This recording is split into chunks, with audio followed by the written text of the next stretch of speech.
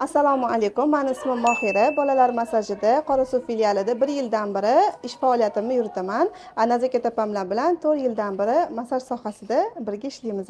Meni ismim Fazilat. Men 2015-yili Oxunboboyev kollejini farmatsiya yo'nalishini bitirganman. Lekin o'sha paytda uncha qiziqishim bo'lmagan farmatsiyaga, menga ko'proq bolalar bilan ishlash yoqardi.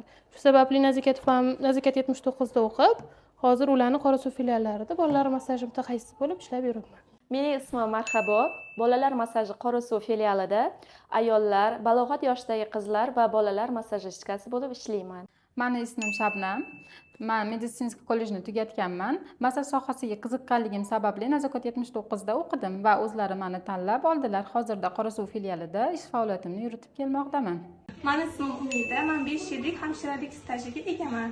Men bolalar massajiga qiziqqanligim uchun Nazokat 79 o'quv kurslarida o'qidim va o'z ish faoliyatimni Yunusobod filialidan boshladim. Hozirda Qorasuv filialida imkoniyati cheklangan bolalar bilan ishlayman. Sizlar gapirib qo'ying qanaqa Qorasuv filialini. Ha, nima deyman? Nazokat Mirsobitovni shu Qorasuv filialini 7-filialimi, 9-filialimi bilmayman, 8-filialimi ochganman. Shu mandan ham intervyu olsanmi?